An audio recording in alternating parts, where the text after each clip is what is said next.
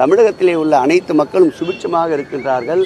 எங்கள் முதல்வரை பொறுத்தளவில் தவறு என்று தெரிந்தால் எதன் மீதும் நடவடிக்கை எடுப்பதற்கு தயங்க மாட்டார். அது இன்னார் இனியவர் என்பதல்ல. இவர்களை பார்த்தெல்லாம் பயப்படுகின்ற அளவிற்கு நாங்கள் ஒன்றும் கோழைகள் அல்ல.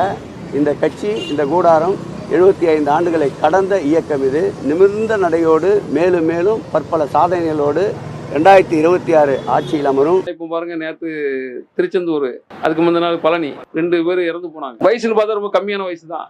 மூச்சு திணறல் ஏற்பட்டுச்சா, என்ன காற்று பிரச்சனை அதுன்னு சொல்றாங்க, ரைட்டு. ஆனா கோயில்களில், எல்லா கோயில்களையும் இப்போ கூட்டங்கள் அதிகமாக இருக்குது.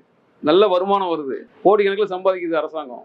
ஆனா பக்கத்திற்குள்ள வசதிகள் கிடையாது. உதாரணத்துக்கு, நல்ல இந்த வெயில் காலம் ஏசி போடலாம், ஒரு தங்குறதுக்கு ரூம் வைக்கலாம், அவங்க ரெஸ்ட் எடுக்கிற கொஞ்சம் எல்லாம் ஒரு 4 ஹவர் 5 ஹவர் லைன்ல விட்டா என்ன பண்ணுவான்? அவன் ஆல்ரெடி ப்ராப்ளம் இருக்கும் அவங்களுக்கு.